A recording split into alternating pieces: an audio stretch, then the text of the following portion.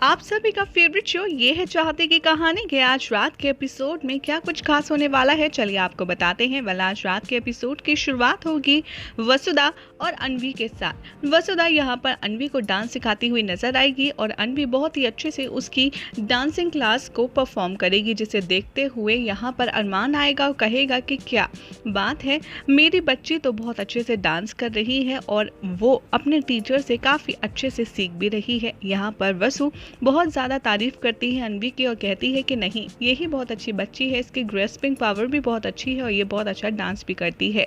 उधर यहाँ पर अरमान आएगा और सबको बताएगा कि दरअसल मैंने एक नए होटल के साथ में डील फिक्स की है और इसी के जश्न में मैंने पार्टी रखी है। एक ग्रैंड सेलिब्रेशन होगा, तो इसके लिए आप सब लोग तैयार रहिएगा परसों।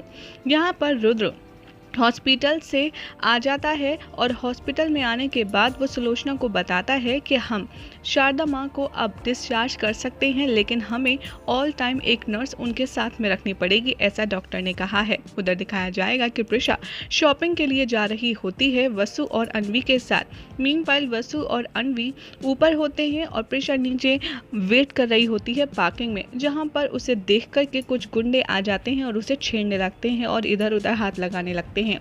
जैसे ही प्रिशा गुंडों से बचकर भागने की कोशिश करती है, गुंडे उसे चारों तरफ से घेर लेते हैं और उसके साथ बदतमीजी करना शुरू कर देते हैं। तभी प्रिशा बहुत ज़्यादा स्ट्रगल करती हुई दिखाई जाएगी आपको गुंडों के साथ। तभी वहां पर अरमान की एंट्री होगी और वो कार से उतरकर सीधा उन गुंडों पर टूट पड़ता है और उन्होंने बुरी तरह से पीट कर जख्मी कर देता है। अरमान का ये गुस्सा देखकर, गुंडों के साथ उसकी ये फाइट देखकर उसे रुद्राक्ष खुराना की याद आती है कि कैसे बारिश में जब एक बार प्रिशा सड़क पर अकेले चल रही थी तब उसे गुंडों ने छेड़ा था, जिसके बाद रुद्राक्ष उन गुंडों की इतनी पिटाई की थी कि वही अरमान आज कर रहा है। जैसे तैसे अनवी आएगी वसु के साथ और यहाँ पर प्रिशा उसे झूठ बोल कर के कह देगी कि बच्चा आप वहाँ पर चलो, हम आपको अभी ज्वाइन करते हैं, अभी मैं कुछ इंपॉर्टेंट काम कर रही हूँ। और यहाँ पर वो वसु को अनवी को ले जाने के लिए कहेगी। इतनी बीच अरमान का हाल देखकर वो गुस्से में पागल होगा। प्रिशा उसे रोकने की कोशिश करेगी और उसे गला लगा लेती है।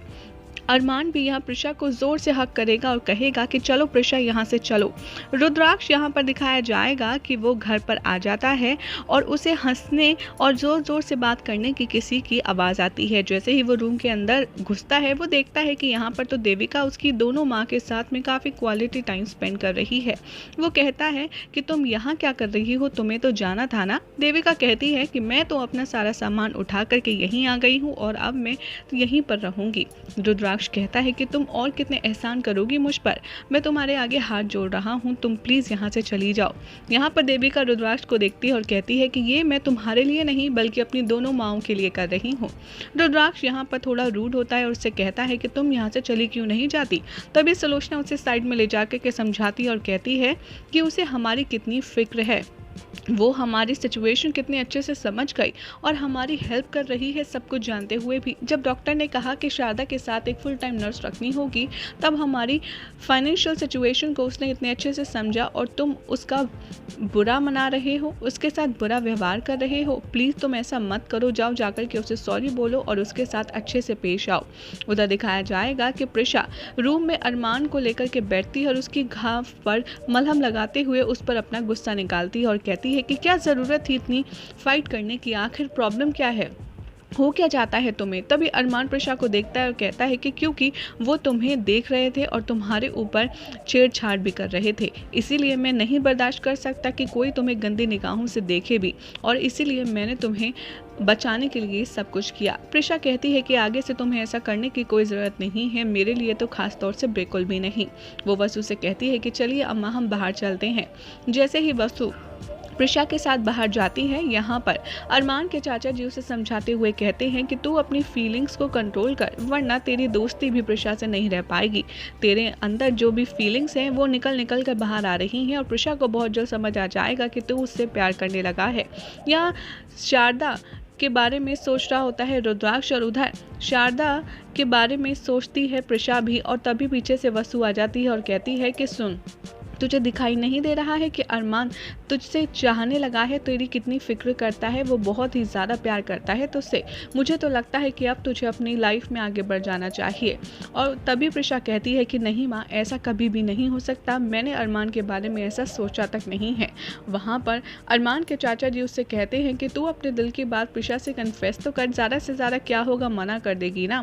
मना करने के बाद तो उसके साथ एज अ फ्रेंड फिर से रहने लगना। लेकिन सोच, अगर तेरे दिल की बात उसे किसी और के ज़रिए पता चली तो उसे कितना ज़्यादा दुख होगा। वहाँ दिखाया जाएगा कि रुद्राक्ष और सुलोचना बैठ कर के टीवी देख रहे होते हैं और दोनों में फाइट हो रही होती है कि कौन कौन सा चैनल देखेगा।